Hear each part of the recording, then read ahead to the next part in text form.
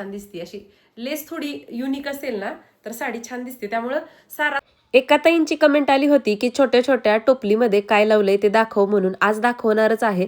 त्या अगोदर बघा सकाळ सकाळी आज मला सुद्धा प्रश्न पडला होता की भाजी काय करू म्हणून. नेहमी मी अगदी सहजासहजी भाज्या करणारी. आज कामाचा तसा खूप लोड होता त्यामुळं मला बाकीची कामं माझ्या डोक्यात घोळत असल्यामुळं भाजी काय करावी हा प्रश्न पडला होता. पण आज बटाटा आणि कोबीची भाजी बनवली होती ना, इतकी टेस्टी बनली होती. तुम्ही नक्की बनवा. कढईमध्ये तेल गरम केलं, अर्धा चमचा जिरी मोहरी टाकली आणि ह्या छोट्याशा उकळीत ठेचलेला लसूण टाकून घेतला. मागच्या व्हिडिओमध्ये ही छोटी उकळी दाखवली होती तेव्हा बऱ्याच ताईंना आवडली. तुम्हाला जर ही छोटीशी उकळी हवी असेल ना तर डिस्क्रिप्शनमध्ये लिंक देते. आता बघा त्याच्यामध्ये लसूण टाकून घेतला आणि सोनेरी रंग येईपर्यंत परतून घेतला. त्यानंतर पातळ कट केलेला हा बटाटा आणि थोडा कोबी शिल्लक होता तो टाकून घेतला. चवीपुरतं मीठ, साठवणीचं काळं तिखट आणि हळद टाकून हे सगळं एकत्र मिक्स केलं. खूप टेस्टी अशी ही बटाटा कोबीची मिक्स भाजी झाली होती.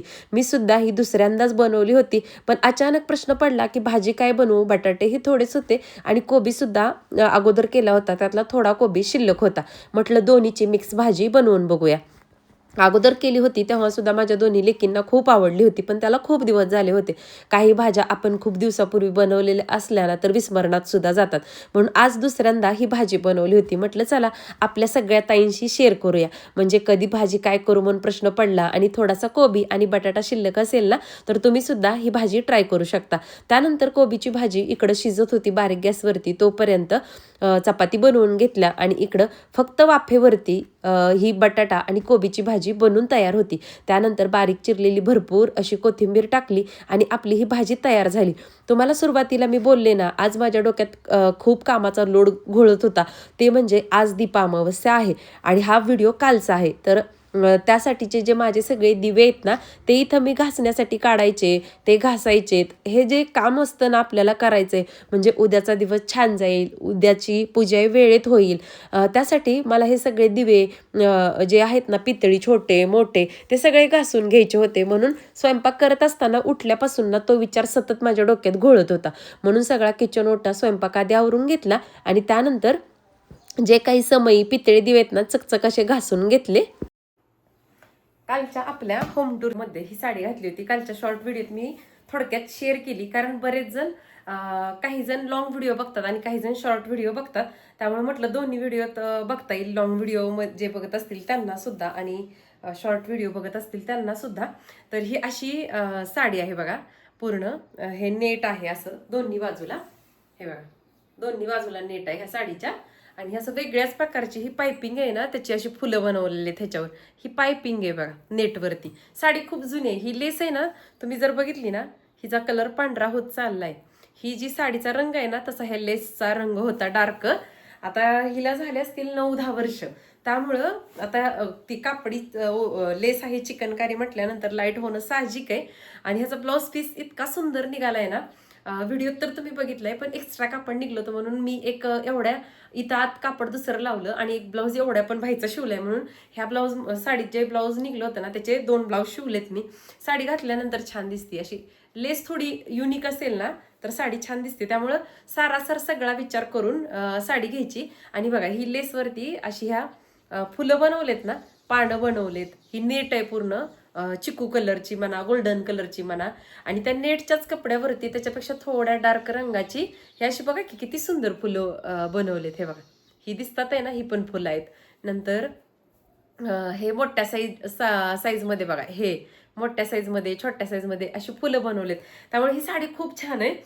त्यावेळेस 900-1100 वगैरे अशी खरेदी 950च्या आसपास खरेदी असेल. 9-10 वर्षापूर्वीचं कधी आठवणार.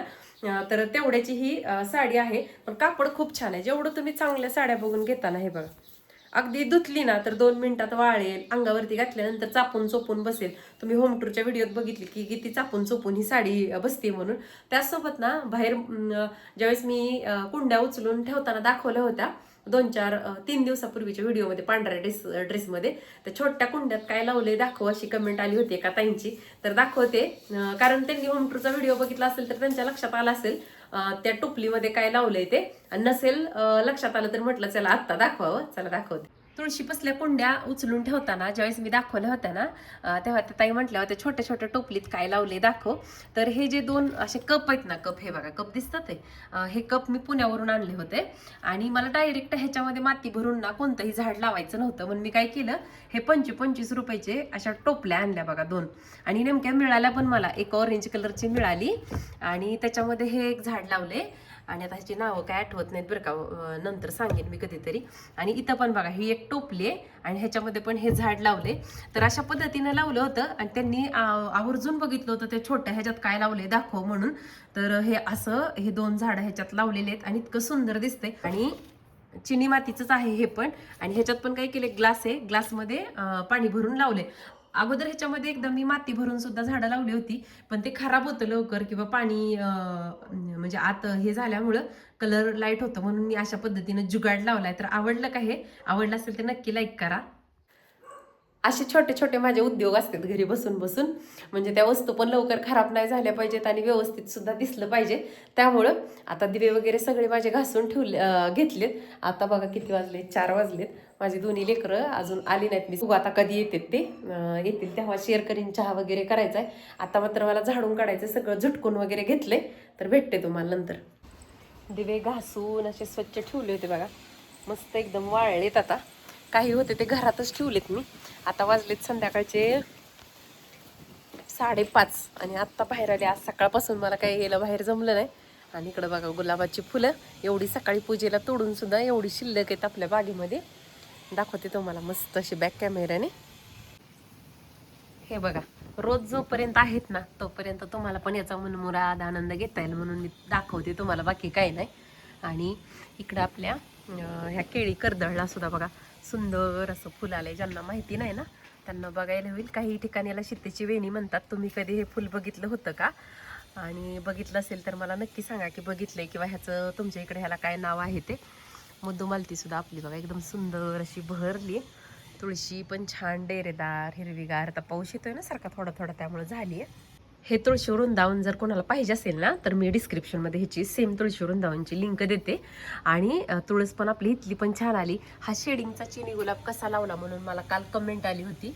तर हे पुण्यावरून येताना मी तिथूनच रोपं विकत आणली होती. ज्यांनी पहिल्यापासून व्हिडिओ बघतात ना त्यांना माहिती. आणि त्याच्या कटिंग वेगवेगळ्या ठिकाणी लावून ना अशी छान रोपं तयार झालेत. आता आंबा सुद्धा आपला म्हणजे हे झाड सुद्धा छान फुटायला लागले. इकडं पारिजात आहे, नेहमीच फुलं असतात बघा. इकडं आपल्या गेटच्या बाहेर सुद्धा ह्या तुळशी आलेत ना, तर ह्या सुद्धा किती डेरेदार असला. उन्हाळ्यात सुद्धा मी त्यांना पाणी घालून वाचवले. आणि नंतर सुकलेली जी होती ना ती पूर्ण तुळशी आहेत ना मी काढून टाकले छाटून. त्यानंतर बघा अशी तुळस इतक्या फुललेत. ह्याची बुडं बघा केवढी मोठी मोठी झाली त्या तुळशीची. 3 रोपं आहेत तुळशीची. आता ह्याच्याच मंजुळा पडून ना परत पण तुळशीची रोपं छान उगवते. तिकडं गुलाबी जास्वंद आहे. ड्रॅगन फ्रूट आणून लावले. बघू आता ह्याचं झाड येते का नाही काय माहिती. आपल्या इकडं पण कटिंग तर आणून लावली आहे मी. आणि इकडं आपलं जे हे पांढऱ्या फुलाचं तगर आहे ना ह्याचं पण आता बघा बहर चालू झालं. खूप सुंदर दिसते त्याची फुलं, पांढरी शुभ्र अशी बघा, किती गोड आहे दिसायला. इथे एक बघा खाली केवढा छान गुच्छ आलाय, दाखवते ना तुम्हाला. हे बघा कसलं भारी दिसते बघा, फुलं खूप सुंदर दिसते त्याची. तर असा काही माझा आजचा दिवस गेलेला आहे. आणि सकाळपासून आत्ता इकडं आली मी बाहेर बागेमध्ये. तर तुम्हाला आजचा व्हिडिओ आवडला असेल तर नक्की प्लीज लाईक करा. चॅनलवरती नवीन असेल तर चॅनलला सबस्क्राईब करा, हाईप करा. नंतर भेटू अशा छानशा व्हिडिओ सोबत. तोपर्यंत सर्वांना श्री स्वामी समर्थ.